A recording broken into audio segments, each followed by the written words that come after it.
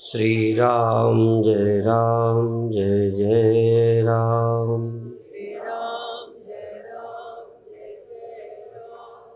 श्री राम जय जय राम।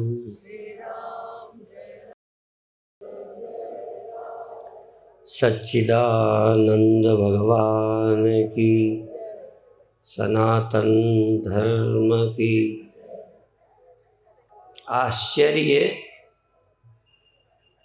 होता है कि इस रहस्य को कैसे समझें, कैसे समझाएं, क्योंकि ये बहुत उलझा सा विषय लगता है। ऐसा नहीं है कि तुम जिद्दी हो, ऐसा नहीं है कि तुम्हें श्रद्धा नहीं है, ऐसा भी नहीं है कि तुम हमारी बात मानना नहीं चाहते, लेकिन ये विषय इतना जटिल है कि जल्दी समझ में नहीं आता।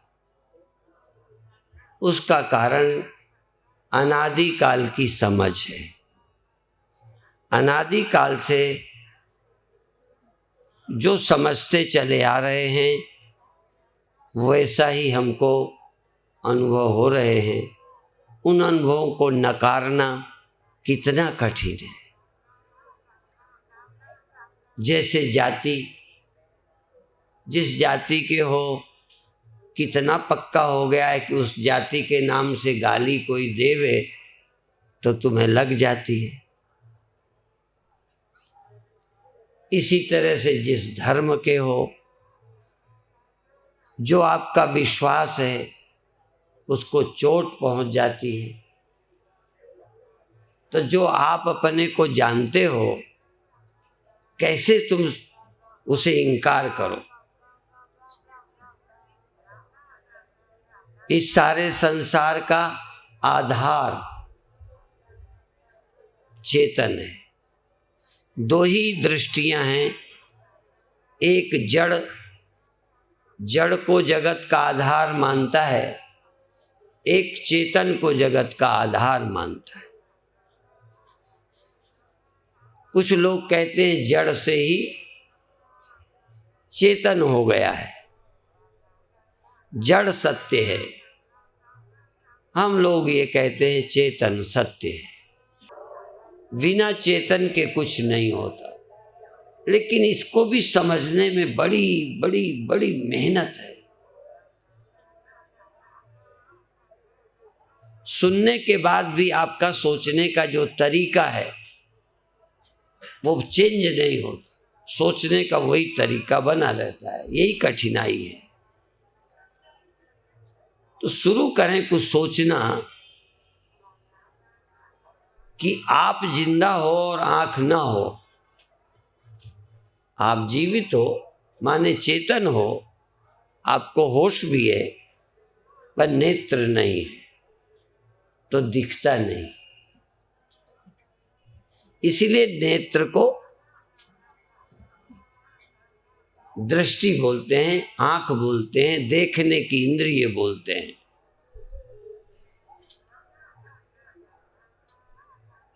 आंख न होने से दिखना बंद हो जाता है, चेतन रहते। इसका मतलब कुछ न कुछ तो आंख है। गहराई से सोचना है। यदि आपके गहने का आकार हम मिटा दें तो आपका वो नाक में, कान में पहनने लायक नहीं रहते। ठीक है, सोना तो रहता है पर वो पहनने के काबिल नहीं रहता। तो यदि आंख ना हो तो आप हैं पर देखना चला गया।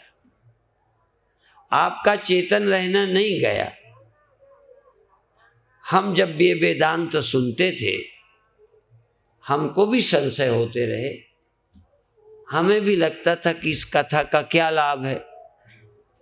मान लो आंख नहीं है, चेतन है भी, तो इसका क्या लाभ है?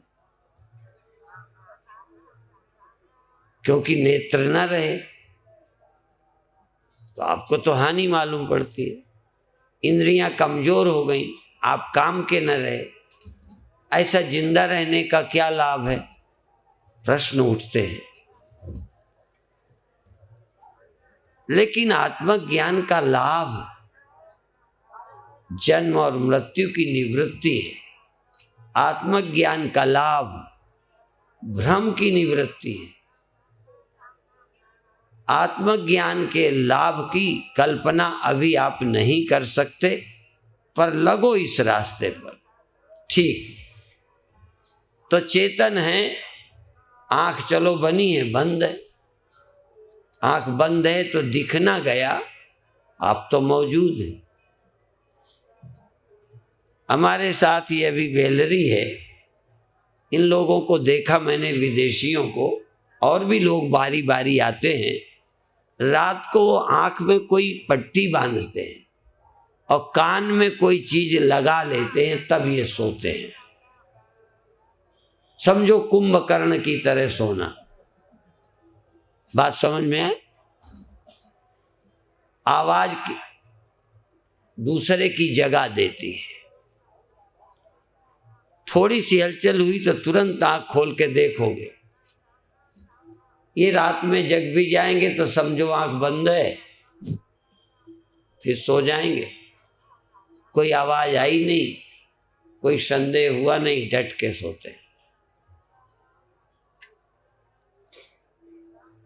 आप भी जरा देखें, कान में कुछ लगा हो जैसे कान है ही नहीं, आंख जैसे है ही नहीं।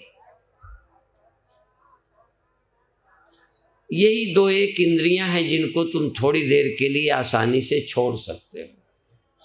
पहली है आंख। भगवान ने इसी को ढक्कन लगा के भेजा है, जब चाहे बंद कर। कान को भी भेजा है? नहीं। पर जहाज में और कई जगहों पर जहाँ शोर ज़्यादा होता है, एक बार यहीं पर कुंभ था 12 साल पहले। हम राम जन्मभूमि के आंदोलन में सदा से शामिल रहे हैं। तो फिर सरकार की मिलने की व्यवस्था से, उस समय नरसिंहा राव थे, यहाँ से हम एक छोटे जहाज से 5 संत गए थे। वो इतना तेज आवाज करता था कि लगता था बहरा ही कर देगा, कान के पर्दे ही फाड़ देगा। रास्ते भर रुई लगाते रहे।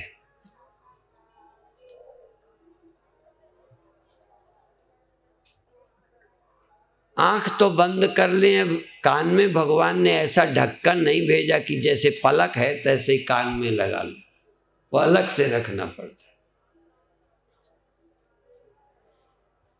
तो जैसे हम आंख बंद कर सकते हैं, कान में रुई लगा सकते हैं, त्वचा को क्या करें कि गर्मी सर्दी ना लगे। तो बाहर की चीजें हमें ना छुएं, बाहर की गर्मी, बाहर की सर्दी, इसलिए हम कपड़े रखते हैं। सर्दी के दिनों में कपड़े पहनते इसीलिए ना कि सर्दी ना छुए, टच ना करे। सर्दी तो हटा नहीं सकते, जैसे हम किसी का शोर नहीं बंद कर सकते तो कान में ऐसे ही नहीं देखना तो आंख बंद कर लो।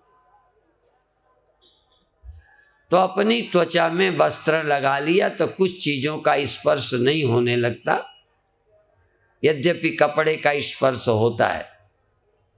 कभी कभी नाक में सुगंध दुर्गंध का भी विषय आता है, तो ये तो नाक बंद कर लेते हैं, या कभी ऐसे कपड़ा करते हैं। आजकल प्रदूषण के कारण बहुत लोग ऐसी पट्टी रखते हैं कि श्वास तो छन के आ जाए। पानी छानते हो ना, मालवा के लोग पानी छानना जानते हैं। हमने तो मालवा में ही पहले देखा था कि पानी भी छाना जाता है, क्योंकि हम लोग तो ऐसे ही पी जाते थे। सुबह जैसा सुना है ना तुमने कि जानवर नालियों का पानी पीता रहता है और बीमार नहीं होता, तो लगभग हम गांव वाले भी जानवर ही रहे। हम तो तालाबों का पानी, गड्ढों का पानी, बरसात का पानी पीते रहे, पर ज्यादा गंदा हो तो छान के पिया जाता है। इसीलिए कहावत है, पानी पिए छान के। तो अब तो भैया श्वास लेवे छान के। समझ में आ गई बात? श्वास भी छान के, इसमें भी कुछ कण आते हैं। यदि कपड़ा लगा लोगे तो हवा छन के चली जाएगी, वो कीटाणु परमाणु धूल रह जाएगी। तो छानने में भी ऐसे कुछ चीजें रह जाती हैं, पानी आ जाता है। आजकल वो मिलता है ना फिल्टर का, पानी को फिल्टर करते हैं। ऐसे ही ये तेल वेल भी प्योरिफिकेशन, प्योर करते हैं, उसकी अन्य चीजें निकाल कर देते हैं। आपको भी हमको प्योरिफिकेशन करना है। ध्यान ज्ञान क्या है? आप में जो कचरा मिल गया है ना, उसको अलग करना है। आपको आंख मिल गई, तुम समझते हो मिली रहे, आंख मिली रहे तो तुम जगत में रहोगे। अभी आंख बहुत जरूरी है, भगवान करें अभी ना जाए, पर यदि आंख छोड़ना चाहोगे ना तो फिर दुनिया में नहीं आना है। कान यदि नहीं, आंख यदि नहीं, इनकी जरूरत तुम अभी कम कर लो। अपने आनंद के लिए, अपनी मस्ती के लिए, अपनी खुशी के लिए यदि तुमको इंद्रियां नहीं चाहिए, अपने आनंद के लिए तुम्हें यदि किसी की स्मृति नहीं चाहिए, तो मन की क्या जरूरत है? इंद्रियों की क्या जरूरत है? यदि अपने खाने का, अपने जीने का, किसी और का सुख नहीं लेना, तो देह की क्या जरूरत?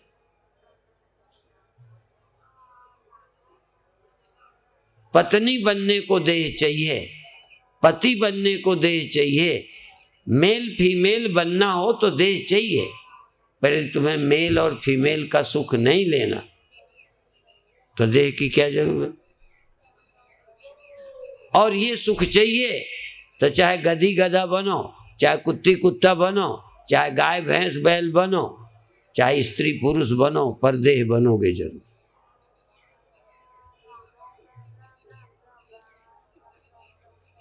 इसी तरह देखना है, सुनना है, और ये इतना ही नहीं, जिसकी गहरी वासना है, जिस चीज की गहरी वासना है, उसकी पूर्ति के लिए देह चाहिए। अच्छा, बड़े कहलाने के लिए यद्यपि देह का धर्म नहीं है, वो मन का है, फिर भी बड़े होने के लिए तुम्हें देह चाहिए कि नहीं? तो जब तुम चाहोगे तो देह बन के आओगे। इसलिए जीते जी शुद्ध हो जाओ। शुद्ध का मतलब बिना इंद्रियों के हो जाओ। तो क्या करें? आंखें फोड़ लें, शरीर की हत्या कर दें ना, उससे प्योर नहीं होगे। प्योर होकर शरीर छोड़ोगे तो फिर नहीं आओगे। शरीर हत्या नहीं करनी, आंखें नहीं फोड़नी। नींद में तुम आंखें ले जाते हो क्या? सुषुप्ति में सब छोड़ जाते हो। तो ध्यान में तुम आंखें छोड़ जाओ, ध्यान में तुम कान छोड़ जाओ, ध्यान में तुम त्वचा छोड़ जाओ, घ्राण इंद्री नासिका छोड़ जाओ। धीरे धीरे सब देखना, सुनना, सूंघना, छूना, चखना छोड़ दो, या थोड़ी देर सूंघने, चखने, खाने, छूने की इच्छा छोड़ दो। थोड़ी देर अनुभव करने के लिए है ये। जैसे तुमने जागृत जगत का अनुभव किया है, स्वप्न का भी अनुभव बोलो किया है, और गहरी नींद का भी अनुभव किया है। ठीक है ना? हो गया है ये अनुभव। बल्कि तुमने किया नहीं, ये अनुभव तुम्हें हो गया है, तब दूसरा अनुभव शुरू करो। जैसे अभी तक तुम सपना देखते हो, ऐसे ही ध्यान में कुछ देखो, ध्यान में कुछ सुनो, ध्यान में कुछ सूंघो, ध्यान में कुछ छुओ। क्या छुओ? भगवान छुओ। क्या देखो? भगवान देखो। किसको मिलो? भगवान को मिलो। उनके दर्शन करो, उनकी प्रार्थना करो, उनका स्मरण करो, उनका सुख लो। किसका लो? भगवान का। अभी तक हम प्राकृतिक रूप में मेल फीमेल का, धन का, भोजन का, जो प्रकृति के नियम से इंद्रियों को मिला है उसका सुख जानते हैं। मनुष्य को थोड़ा थोड़ा उस अन्य सुखों का भी पता है, जैसे गुरुदेव, भगवान। अब क्षिप्रा का जल हम पीने की दृष्टि से नहीं गए, पीने लायक रह भी नहीं गए,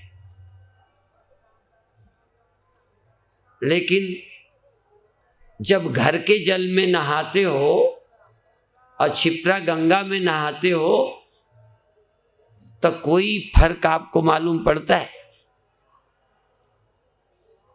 वो फर्क है भाव। अच्छा, जब तुम अपने पति को, पिता को, पुत्र को, भाई को, या पुत्री को, बहन को, माँ को और पत्नी को मिलते हो, शरीर मेल और फीमेल है, लेकिन मिलते समय तुम्हारे मन में कुछ फर्क होता है? बोलो। वो जो फर्क होता है वही फर्क शरीर भगवान का भी पुरुष का है, कृष्ण का भी पुरुष का है, शंकर भगवान का पुरुष का है। पर जब उनको दर्शन करते हो तो तुम्हें पति लगते हैं। क्या लगते हैं? भगवान लगते हैं। देखो, भगवान भी एक रिश्ता है। तो पति देखे, भाई देखे, बहन देखे, पत्नी देखी, पति देखे, और भी तमाम देखे, पेड़ देखे, पहाड़ देखे, जीव जंतु देखे, भगवान देखो। इसका नाम उपासना है। और भगवान देखकर उतने खुशी हो जितना किसी को बेटा देख के, बेटी देख के, बहन, पिता, भाई देख के, पत्नी देख के अच्छा लगता है। तुम्हें भगवान देखकर अच्छा लगता है क्या? यदि दिख जाए तो अच्छा लगेगा क्या? दिख जाए तो फिर क्या करोगे? छोड़ना चाहोगे? पति को छोड़ना चाहते हो? बोलो। पत्नी को छोड़ना चाहते? नहीं छोड़ना चाहते। बेटे को छोड़ना चाहते? नहीं छोड़ना चाहते। ऐसे ही आप भगवान का ध्यान करो, भगवान का दर्शन करो, भगवान के पास बैठो, भगवान को छुओ। और ईमानदारी तुम्हारी, जैसे हम छूट दे दें कि बहन के पैर छुओ, माता के पैर छुओ, तो उन्हीं को छूट दी है जिनकी वो माता है। जिनकी माता नहीं है वो छुए तो गड़बड़ है मामला। जो तुम्हारी माता है, झूठ नहीं बोलना, जो तुम्हारी माता है वो तुम्हारे बाप की क्या है?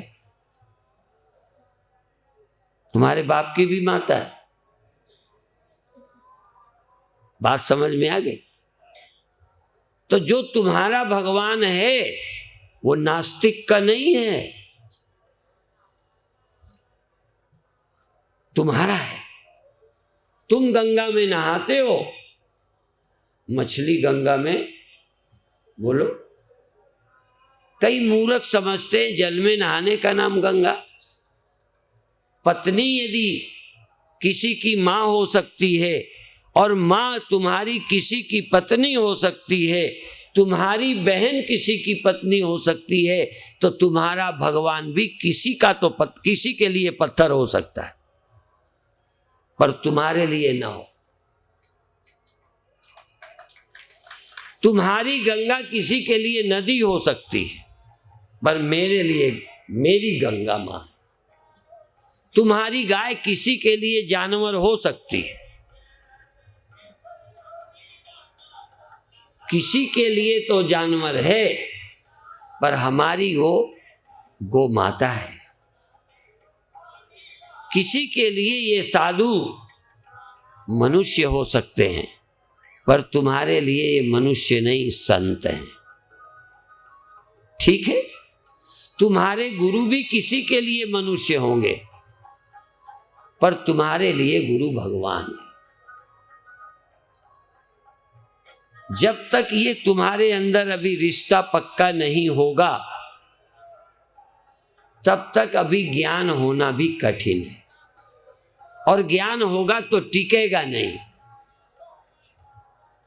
इस गहराई को समझो। इसलिए हजारों साल से जो हमारे ऋषि 3 बातें कहते, कर्म, उपासना, ज्ञान।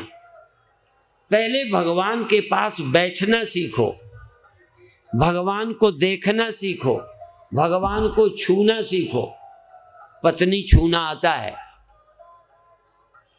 पति छूना आता है, थोड़ा थोड़ा बहन भाई को भी छूना हम जानते हैं।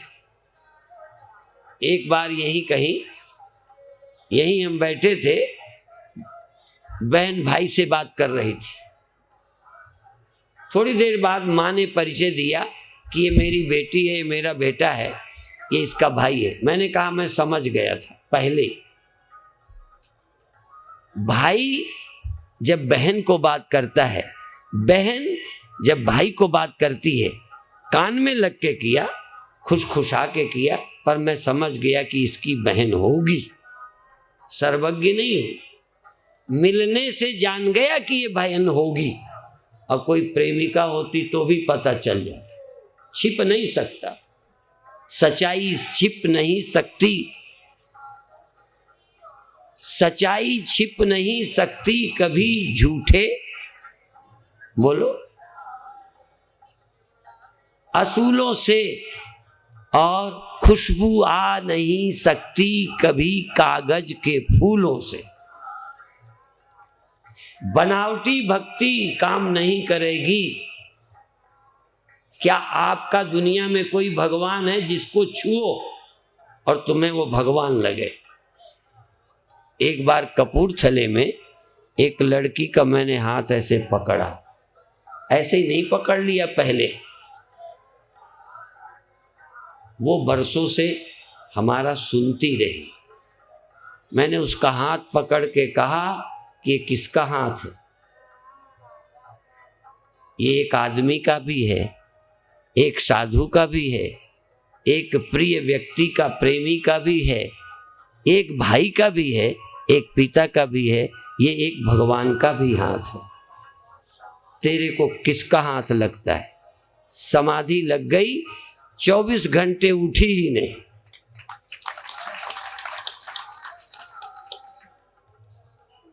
स्वामी त्यागानंद जी जानते हैं उसको। हमारी आरती होने लगे तो ध्यान लग जाए, हमारी चर्चा करो तो ध्यान लग जाए। आप जानते हो, यदि किसी को छू के करंट लग सकता है तो भगवान को छू के भी कुछ तो लगेगा। पर तुम्हारे लिए कोई अभी भगवान है क्या?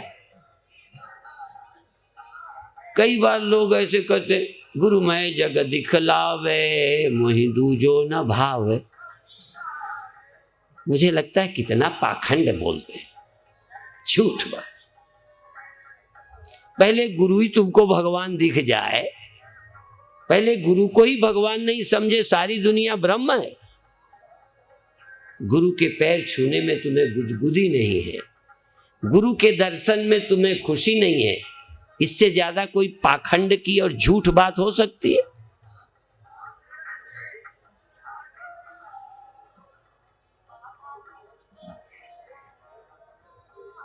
धन्य है वो वैष्णव। वेदांतियों की महिमा भी गाता हूं, पर धन्य है वो वैष्णव जो भगवान की पूजा करके मस्त हो जाते, आरती उतार कर मस्त हो जाते, दर्शन करके मस्त हो जाते, छू कर जैसे भगवान को छू लिया, जैसे भगवान को चाट लिया। पत्नियां तो बड़ी चाटी हैं। मैं विदेश होके आया हूं, शर्म लगती है वहां की बात बताने में, कितने गंदे लोग होते हैं, पर गंदा लगता नहीं। लोग ये कहते हैं कि काम से ज्यादा अपवित्र धरती पर कुछ भी नहीं। क्यों? जैसे बहुत गंदा हो उसको फिर गंदा कुछ लगेगा ही नहीं। पहले हमने पहलवानों के कपड़े देखे हैं जो रोज तेल लगाते थे, उसका कपड़ा देख लो तो कोट करने की जरूरत ही नहीं है, पूरा तेल का कोट काला। अब उसको क्या गंदगी लगेगी, वो चाहे जहां बैठ जाए। तो काम इतना अपवित्र है कि उसमें अपवित्रता कुछ लगती ही नहीं। स्वामी अखंडानंद सरस्वती वृंदावन वाले कहते थे कि भाई वृंदावन वाले तो भगवान कृष्ण को चाटते हैं, चूमते हैं, पर शर्त है कि भगवान को चूमो, भगवान को चाटो। जब पति पत्नी चाट सकते हो तो भगवान को नहीं चाट सकते। और मुझे 2 घटनाएं याद हैं, एक अमृतसर की, एक ग्वालियर की। मैं प्रवचन करके उतरा, एक आदमी दौड़ के आया, मेरे पैर पकड़ लिए ऐसे, तो मैं खड़ा हो गया। उसने जीभ से मेरे पैर चाटने शुरू कर दिए जैसे गाय बछड़े को चाटती। अब मैं नाक सिकोड़ूं, उसके लिए मैं भगवान था, मेरे लिए भगत इतना महत्व का नहीं था। मैं झूठ नहीं बोलता, कोई जरूरी नहीं है कि चाटने वाले को अच्छा लगे तो चटाने वाले को भी लग रहा हो। वो चाट रहा मेरा पैर, अब मैं नाक सिकोड़ रहा कब छोड़े। फिर पैर छुड़ाकर गया, नल चालू किया, हाथ से भी नहीं धोया, नल चालू किया, दूसरे पैर से ऐसे धोया, क्योंकि मेरे लिए तो थूक था, मेरे लिए तो गंदगी थी। पर उसको मेरे पैर में गंदगी नहीं नजर आई। मैं नहीं कहता मेरा पैर धो के पी लेना, पी लेने भर से नहीं, पर जिनको पैर धोने पर अमृत लगता हो, चरणामृत लगता हो, चरण जल अमृत, चरण साधु के धो धो पिए। ये नहीं कि तुम कल पी लोगे तो भगत हो जाओगे, ये ध्यान रखना। साध्वी रीतंबरा एक बहुत अच्छी कहानी कहती है। बहुत लोग कहते हैं कि एक औरत पतिव्रता थी, बहुत पति का ख्याल रखती थी, कभी धोखा ही नहीं पड़े। पति थका मांदा आया और पानी का गिलास लेकर के, उसने पानी का गिलास मांगा पानी, तो जब लेने गई तो जरा अच्छा पानी तैयार नहीं था, कुएं गई, जल्दी लेके आई, तब तक पति को नींद आ गई, नींद आ गई। उसने सोचा कि जगाती हूँ। अब देखो, नींद भी जरूरत, पानी भी जरूरत, तुम होते तो हिला के जगा देते, उठते नहीं, हमें चैन से सोने नहीं देते।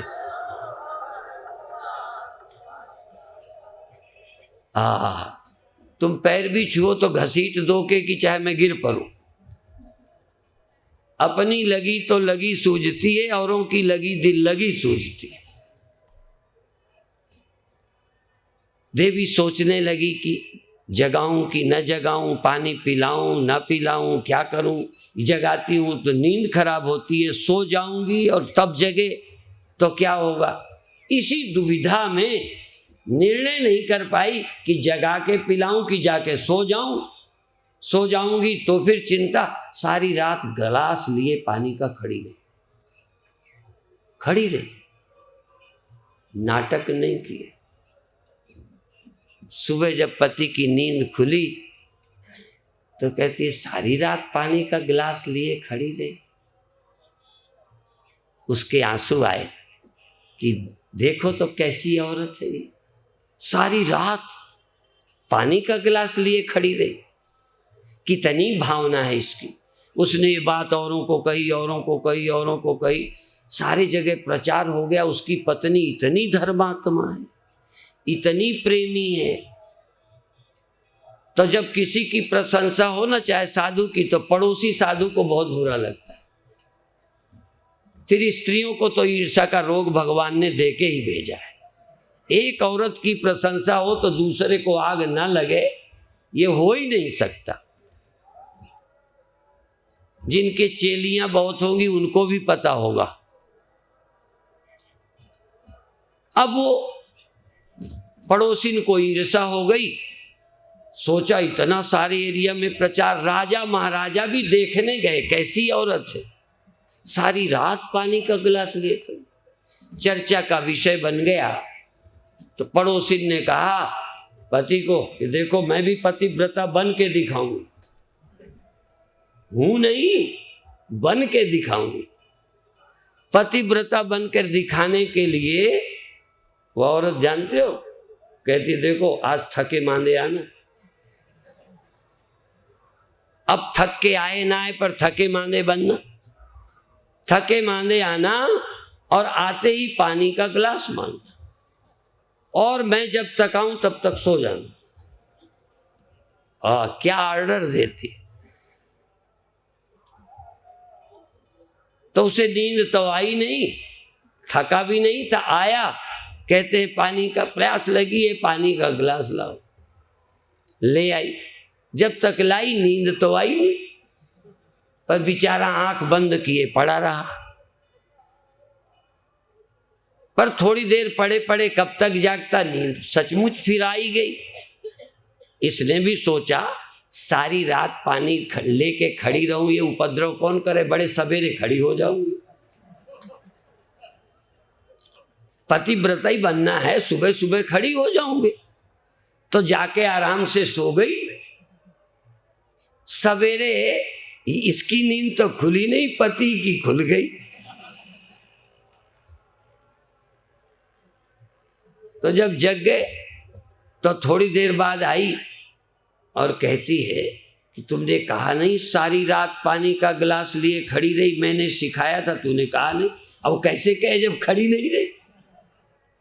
तो कहने भुलक्कड़ कहीं के। और फिर पति पहले जागा, पत्नी तो जगी नहीं, तो पति ने ऐसे लात मार के जगाया, हड़बड़ा के उठी और पानी का गिलास लेके खड़ी हो गई। ऐसे ही तुम कहीं चरण न धोने लगना, पैर न छूने लगना, कहीं भगवान को चाटने न लगना। असल में उस भाव दशा का वर्णन है मीरा का, गोपियों का। असल में भावहीन समाज हो गया है, भक्तिहीन समाज हो गया। भक्तिहीन समाज के चित्त में भगवान का अनुभव नहीं होता। इसलिए पहले उपासना, गुरु भक्ति, राम भक्ति, कृष्ण भक्ति, भगवान की भक्ति। अब भक्ति जगह कैसे? रोज मंदिर जाते हो उतनी भक्ति थोड़ी, वो तो थोड़ा बहुत जाते हो कि मेरे लड़का हो जाए, मेरी दुकान चल जाए। तुम किसी प्रेमी को जब मिलते हो तो लड़का हो जाए के लिए नहीं मिलते, ये कुछ दे इसके लिए नहीं मिलते, प्रेम के कारण मिलते हो। अभी भगवान के पास जाते हो, कोई कामना है, लड़का हो जाए, दुकान चल जाए, लड़के का रिजल्ट अच्छा जाए। रिजल्ट के लिए गए, भगवान से कोई प्रेम नहीं है। गोपियां भगवान कृष्ण से प्रेम करती हैं। फर्क समझ लो। दही बेचना लेना और दही खाना, कोई कृष्ण के घर में दही की कमी नहीं थी। हाँ, गोपियों को दही बेचने न जाना हो तो बहाना करती थी। तुम किसी बहाने से भगवान के पास जाओ, पर तुम तो भगवान के पास भगवान से नहीं, कुछ और बात है, इरादा ही कोई और है, भगवान से लेना ही देना नहीं। तो जिनको गुरु प्यारे लगते, संत लगे मोहि प्यारे, संत जिनको प्रिय लगते हैं। इसीलिए रामायण में वो चौपाइयां हैं, नैनन संत दर्श नहीं देखा। जिन्होंने संतों के दर्शन नहीं किए उनकी आंखें मयूर के पंख हैं, उसमें आंखें बनी होती। और तुम्हारे तो देखो देखे भी हैं, पर संत कहाँ देखे? आदमी देखा कोई ऐसे ही संत नहीं दिखे। संत जैसे लड़कियां दिखी, मैंने कहा क्या दिखी बहन, कह नहीं बहन तो मुझे नहीं दिखी। माँ दिखी, कहने माँ तो नहीं दिखी, एक औरत दिखी। फर्क समझ गए ना? तुम्हें क्या दिखा? इसलिए भारत ने चूंकि संबंधों में नारी को बहुत रूपों में देखा, नर को बहुत रूपों में देखा, इसीलिए ये भगवान को देखने में सक्षम हो सकता है। उन्हीं मनुष्यों की शक्ल वाले को हाथ जोड़कर बैठे हैं, भगवान के पास मस्त हो रहे, भगवान के चरणों में सर रख दिया है, उठाने को मन नहीं कर रहा है। कभी ऐसा हुआ कि भगवान के चरणों में सिर रखा, उठाने को दिल नहीं करे? गिरे जो गुरु के चरणों में उठाए ही नहीं जाते। कई आते हैं, अब देखो मामला वैसे ही है, तुम तो चरणों में गिरे, मुझे है जल्दी, तो मैं चाहता हूं उठो, नहीं तो पैर झटक के चला जाता हूं। तो कोई ऐसा रास्ता निकालो कि तुम अपना चरणों में पड़े हो, मैं खड़ा हूं तो चला जाऊं तो भी आप तो चरणों में ही पड़े हो। यदि स्वप्नों में तुम संसार में हो सकते हो, संसार के न होने पर भी नहीं समझ में आई? उपासना और स्वप्न दोनों बराबर हैं। यदि ये संसार न होने पर पूरा संसार तुम खड़ा कर सकते हो, तो गुरु की अनुपस्थिति में, राम की अनुपस्थिति में भी तुम अपने मन में राम खड़ा कर सकते हो और दर्शन कर सकते हो। और जो राम का दर्शन करके आनंदित है, पहले थोड़ा चाहिए था बाहर का राम जहां सर झुकाऊं, फिर वो चले भी जाएं चले जाएं, मुझे तो सर झुकाने का आनंद मिला। कई गीत ऐसे गाते थे, मुझे लाइनें नहीं आती, मुझे रास आ गया है तेरे दर पर सर झुकाना, मुझे रास आ गया है। आपको रास आया है? कीर्तन तो आया है, अभी सर झुकाने का रास नहीं आया। आया है? जिसको अभी गुरु के दरवाजे सर झुकाने का आनंद ही नहीं आया, वो फिर परमानंद खाक मिल ढूंढ लेगा। जहां मैं वेदांत की उन गहराइयों को बताना चाहता हूं, तहां तुम्हारी दुर्बलताओं को जानता हूं। तुम्हारे अंदर भक्ति श्रद्धा नाम की चीज नहीं है। श्रद्धा और भक्तिहीन कितने ग्रंथ पढ़ ले, कितने गुरु बदल ले, ब्रह्म ज्ञान को प्राप्त नहीं हो सकता, और किसी कारण हो जाए तो चैन नहीं पा सकता। उसके हृदय में विद्या टिकेगी ही नहीं। तो जब तक तुमने भगवान छुए नहीं, भगवान देखे नहीं, तब तक तुम्हारी इंद्रियां तरस रही हैं। इसीलिए जब देखियो, जब नैनन देखो अवधेशा, तब सुनी हो निर्गुण उपदेशा। मैं निर्गुण की कथा सुनूंगा, पर मैं छूने को, औरत छूने को तरसता, जाने क्या क्या छूने देखने को तरसता। अखबार में अखबार कम पढ़ता, पिक्चर देखता, टीवी में बातें कम सुनता, वो अर्धनग्न औरतों को देखता, मैं देखने को तरसता हूं। प्रभु तुम दिख जाओ तो मेरी अखियों की प्यास मिट जाए। अखियां हरि दर्शन को प्यासी, ये आंखें भगवान को देखना चाहती है। आंखों से भगवान दिख जाए, हाथों से भगवान छूने को मिल जाए, मुझे भगवान सूंघने को मिल जाए। एक वो विदेशी आ गया तो एक औरत को, लड़की को, उसका कपड़ा छू गया तो उसने कई महीने कपड़ा ही नहीं उतारा, कहीं सुगंध आ रही है। हाँ, बात समझते हो? जिसको भगवान का स्पर्श हो जाए उसे भूल सकता है, जिसे भगवान दिख जाए उसकी आँखियां फिर और कुछ देखने को तरसती रहेंगी। एक बार भगवान दिख जाएं फिर उन आंखों में और कोई समाता नहीं है। ये सगुण व्यर्थ नहीं है, ध्यान व्यर्थ नहीं है। यद्यपि यह द्वैत है, पर पत्नी का द्वैत है, पुत्र का द्वैत है, भाई भाई का द्वैत है, गाय भैंस का द्वैत है। सिर्फ भगवान का ही द्वैत खत्म कर दिया पहले। गुरु शिष्य का द्वैत एकदम ही खत्म हो गया। 4 दिन भी गुरु गुरु नहीं लगे। गुरु नहीं वो शिष्या, चिदानंद रूपा शिवोहम शिवोहम। 2 दिन भी पैर छूने का सुख नहीं जाना। चेलों को पैर छूने का सुख अनुभव नहीं है, छुआने का अनुभव है। छुआने का आनंद जानता है क्योंकि वो मान का मामला है। और गुरु के पैर छूने का सुख नहीं जानता, चरणों में बैठने का सुख नहीं जानता, कुर्सी ढूंढता रहता है।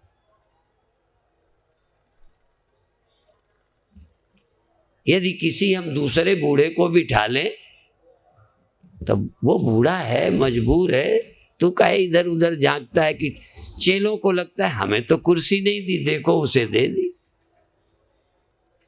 जानते हो, यदि तुम भक्त हो जाओ तो मैं गारंटी करता हूं तुम्हें ब्रह्म ज्ञान देने की। भक्त तुम्हें होना पड़ेगा, चाहे गुरु भक्त बन जाओ, राम भक्त बन जाओ, कृष्ण भक्त बन जाओ, किसी के भी भक्त बन जाओ, इतने भक्त बन जाओ।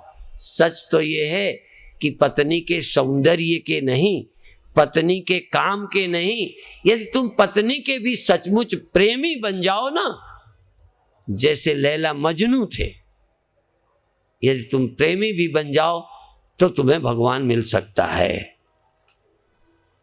आपको सही कई बातों का अर्थ शायद गलत निकल जाए, सावधान रहना।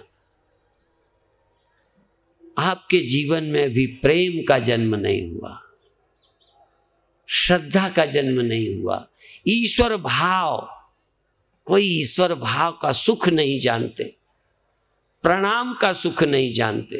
केवल प्रणाम का सुख आए तो बिना मुझे परेशान किए आपकी समाधि लग सकती है। हाथ जोड़ के बैठ जाओ, हृदय गदगद हो, प्रसन्न हो। और यदि तुमको हाथ जोड़ने में आनंद हो तो ध्यान नहीं लगेगा। आनंद, ध्यान और क्या चीज है? यदि मंत्र जाप में आपका मन आनंद में डूब जाए तो बात नहीं बन सकती। यदि भगवान का श्री विग्रह आपके मन के अंदर आ जाए, मन आनंदित है, भगवान के चरणों में लंबी करो या बैठे बैठे सिर झुका के करो या हाथ जोड़ के बैठो, आपके अंदर गुदगुदी सुख पैदा हो, इसका मतलब प्रेम है। यदि प्रणाम में सुख पैदा नहीं हो रहा, अच्छा नहीं लग रहा, इसका मतलब मजबूरी में कर रहे हैं। अच्छा, मैं तुमको जबरदस्ती कहूं पैर छुओ तो जो थोड़ा बहुत है वो भी चली जाएगी। इसलिए यहां गुरु को या भगवान को तुमसे पैर छुआने का शौक नहीं है, पर वो जानते हैं कि बिना छुए तुम्हारे अंदर जो श्रद्धा पैदा होनी चाहिए वो नहीं होगी। बिना कुछ दिए, जिससे प्यार होता है, कुछ देते हो कि नहीं? अच्छा, हमको कभी तुमने प्यार से दिया है? पुण्य के लिए दिया है। दूसरे को देखा, यदि उसने 100 दिए हैं, मैं 50 दूंगा तो मेरी नाक कटती है, इसलिए 100 दिया है। तुमने प्यार से कहीं छिपा के, जैसे किसी प्रेमिका को प्रेमी को छिपा के कुछ दे देते हो, थोड़ा बहुत तो होएगा अनुभव, गहरा न सही, थोड़ा ही सही, क्योंकि भारतीयों के तो सौभाग्य में वो भी नहीं लिखा। कभी देने में खुशी हुई छिपा के? कहते गुप्त दान। अरे बारे, गुप्त दान पाखंड दान है कि गुप्त दान? कई लोग मुझे चुपचाप देते हैं, जैसे सांसारिक वाले इतना ही, गोपियां भी छिप के मिलती हैं, मौका निकालती हैं, मिलती हैं। कई भक्त अपने घर वालों की आंख बचा के देते हैं। हम उन्हें मुक्ति देंगे इसलिए नहीं, हम उन्हें आशीर्वाद देंगे इसलिए नहीं, बस वो दे के खुश होते हैं। आप भी किसी को दे के खुश होते हो? नाम के लिए देते हो, स्वर्ग के लिए देते हो, अगला जन्म सुधारते हो। और यदि तुमको प्रेम हो ना, तो तुमको कहें नरक जाओगे तब भी कहोगे हम तो देंगे चाहे नरक जाए। और यही कथा है। भगवान कृष्ण उद्धव का अहंकार चूर्ण करना चाहते थे। उद्धव का बड़ा ज्ञानी था। कई लोग तो उद्धव की कथा सिर्फ ज्ञानियों को नीचा दिखाने के लिए कहते हैं। मैं नीचा नहीं दिखाना चाहता, ज्ञान की बड़ी महिमा है।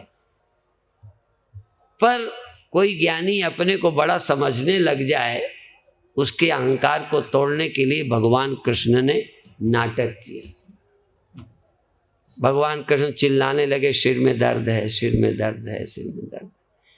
बड़ी दवाइयाँ हुई, सिर दर्द ठीक नहीं हुआ। लोगों ने कहा क्या है, कैसे ठीक होगा? भगवान कहते एक दवा है, यदि मेरा भक्त अपने चरणों की धूल मेरे मस्तक पर मले, अपने चरणों की धूली मेरे मस्तक पर लगाई जाए तो मैं ठीक हो जाऊं। उद्धव और तमाम लोग सब भक्त ही थे, नहीं दिया। कृष्ण ने कहा भाई गोपियों के पास चले जाओ, शायद दे दे। जब गोपियों के पास गए, तुरंत पूछा हमारे भगवान ठीक है ना? उनका नहीं, तकलीफ है, सिर दर्द है। कहें दवा? कहें बहुत की, ठीक नहीं हुए। कारण कैसे ठीक होंगे? कहते हैं भगवान ने ही बताया है कि जो भगत अपने चरणों की धूल मेरे मस्तक पर लगाएंगे तो ठीक हो जाऊंगा। तो तुमने दी नहीं, तुमने दी नहीं? कहने लगे हमें नरक जाना है, हम कैसे दे दें? गोपियों ने तुरंत अपनी धूल झाड़ी और कागज की पुड़ियां बना बना के दे दी। जाओ लगाओ जाके जल्दी, हमारे कृष्ण का सर दर्द ठीक होना चाहिए। उन्होंने कहा तुम पगली हो, नरक जाओगी? कहना हम नरक जाएंगी, हमारे प्रियतम का कष्ट तो दूर हो जाएगा।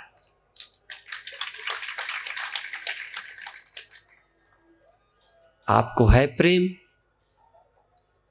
और तुम तो, तुम्हारा प्रेम मैं जानता हूं। यदि मैं कह दूं माता मुझे उल्टी होने लगेगी, मुझे मत खिलाओ, लूज मोशन हो जाएगा, तो कहोगे हमसे प्रेम से बनाया है, खाओ नुकसान नहीं करेगा।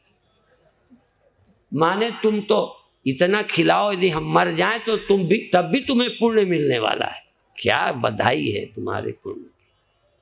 यदि तुम्हारे खिलाने से संत मर जाए तब भी तुम्हें दुख नहीं होगा कि मैंने गलती की है।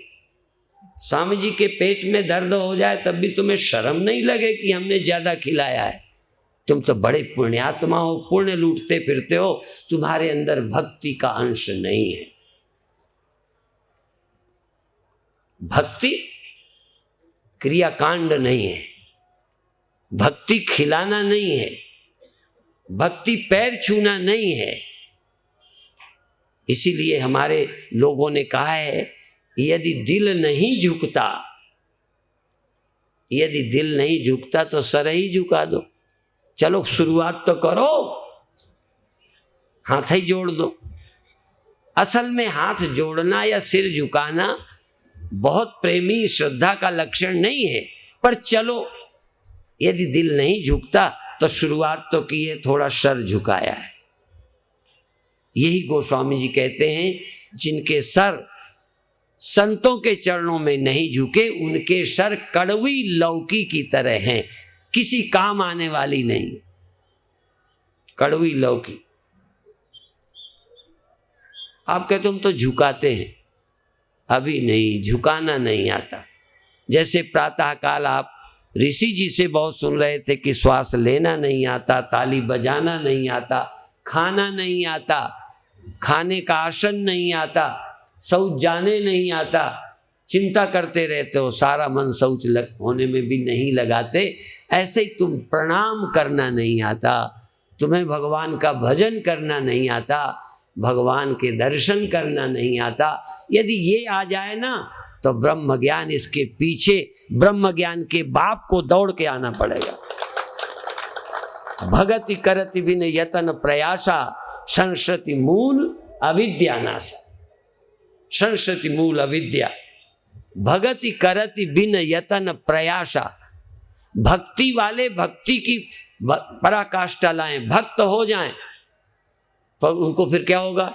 भगति करति बिन यतन प्रयासा संस्कृति मूल अविद्या नाशा। उनके संसार का बंधन और अविद्या का नाश अपने आप हो जाएगा।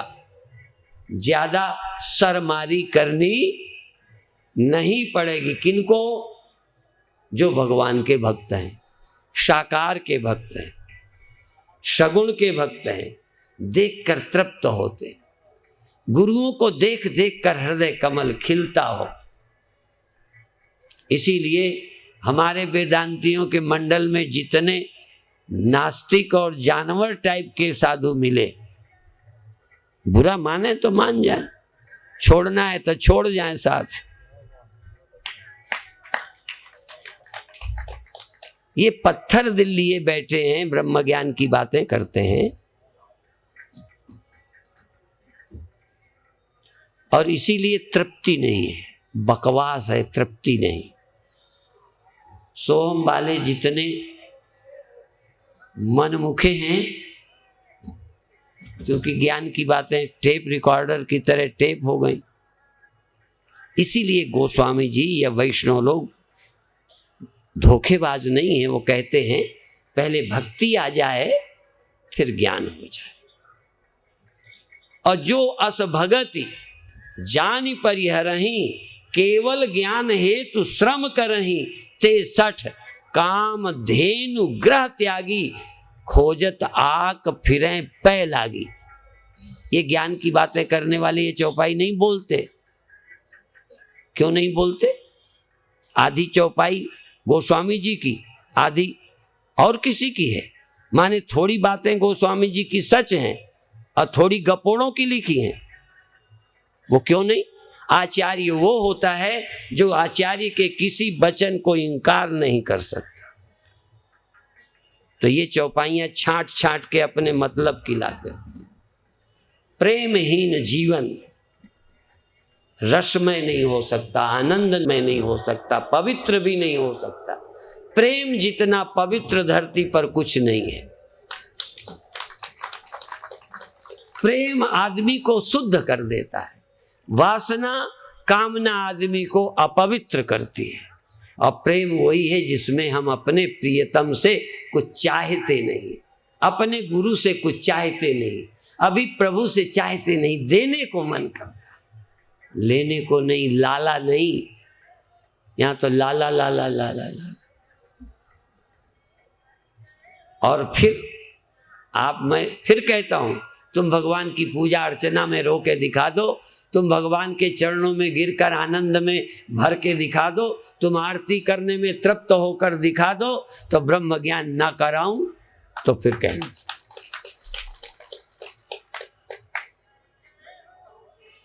नहीं, मेरे तर्क आपके हाथ लगेंगे, दलीलें हाथ लग जाएंगी, पर तृप्ति हाथ नहीं लगी। मैं आपको ब्रह्म ज्ञान देना चाहता हूं। ब्रह्म ज्ञान का भंडार है मेरे पास। मैं दावे से कहता हूं, ब्रह्म ज्ञान की कुंजी, ब्रह्म ज्ञान की पद्धति, ब्रह्म ज्ञान के लिए दलीलें, यदि मनवाने का प्रश्न हो तो वेदांत विरोधी को लाओ, यदि लाजवाब करके न भेजूं। लेकिन फिर वही कहूंगा कि यदि आपको वेदांती बनना है, ब्रह्मज्ञानी होना है, तो यदि नहीं भगवान के भक्त बने तो गुरु ही भक्त बन जाओ। क्योंकि चाहिए भक्ति, भक्ति से मन अच्छा बन जाता है, ज्ञान टिकेगा। और इसीलिए गोस्वामी जी ने फिर कहा है, थल बिन जल कहूं रह की सकाई। बिना थल के जल कहीं ठहरता है? तो जिस पात्र में, जिस हृदय में ज्ञान हमको उड़ेलना है, वो है कहीं कुछ? कहां टिकाओगे ब्रह्म ज्ञान को?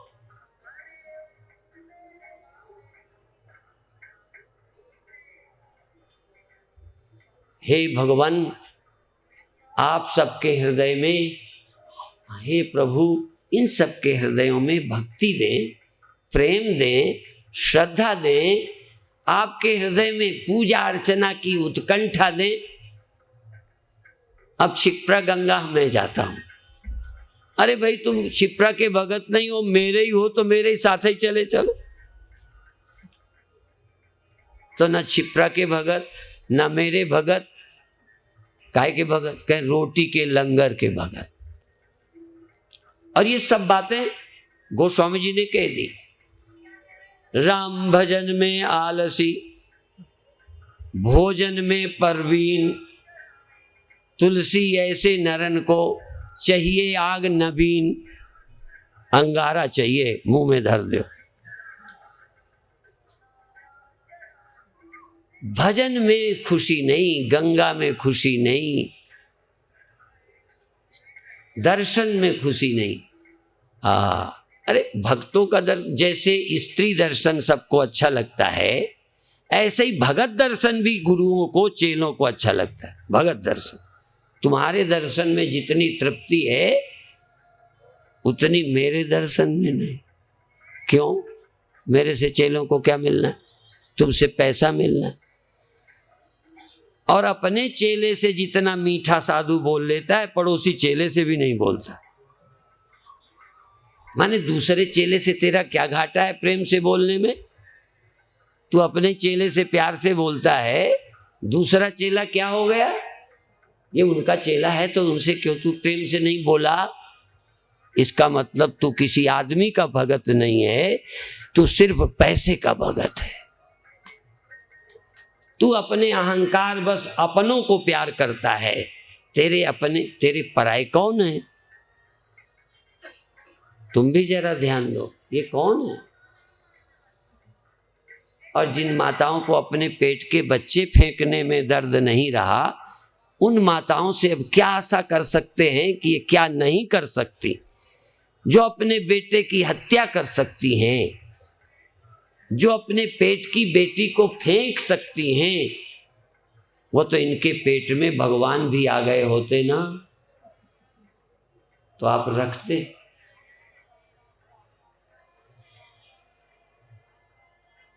और भगवान क्या है? सब रूपों में वही तो आ रहा है। इसलिए आपसे इतना निवेदन है कि तुम श्रद्धा पूर्वक किसी पूजा को करो, किसी के दर्शन करो, किसी की आरती करो। मंदिर सूने हो रहे हैं, व्यर्थ हो रहे हैं मंदिर। गड़बड़ क्या है कि जो पूजा करने जाते हैं वो कामनाओं से भरे हुए हैं, और जो थोड़ा बहुत समझदार हैं वो जा नहीं रहे। वो हमारे ध्यान स्थल हैं, उपासना स्थल हैं, वो हमारी उपासना की जगह हैं, वो रूप जिनको हम अंदर बसाएं। पर प्यार हो तब तो बसाएं। प्यार होता है वहाँ नींद चली जाती है, और जहाँ प्यार नहीं होता भजन में बैठने से नींद चली आती है, पड़ोसी की। एक बार हम आगरा में थे, एक आदमी ने हमसे कहा, हमको ऐसे 1000 साधु दे दो जो 2 घंटे आंख बंद किए बिना हिले डुले बैठे रहें और नींद में न जाएं। नींद में क्यों? 2 घंटे आंख बंद किए बिना हिला डुले चुपचाप बैठोगे तो सो ही जाओगे। हाँ, यदि तुम आंख बंद किए भगवान के पास हो, उपासना, तुम भगवान के पास, भगवान तुम्हारे पास, तुम गुरु के पास, गुरु तुम्हारे पास है, और भक्ति श्रद्धा है तो नींद कैसे आएगी? यदि पत्नी के पास नवविवाहिता, नववर वधू सो नहीं पाते, इसीलिए आजकल बहुत अच्छा फैशन निकल आया, चलन आ गया, शादी करते ही कहाँ चलो? हाँ, हनीमून। क्योंकि घर में फिर भी कुछ अड़ंगा रहेगा, मिलने का, जुलने का, प्यार का, इसलिए पहले निकल जाओ। आहा, तो तुम भी गुरु को पाते, भगवान के पाते, तुम अपने ढंग का भगवान के साथ हनीमून क्यों नहीं मनाते?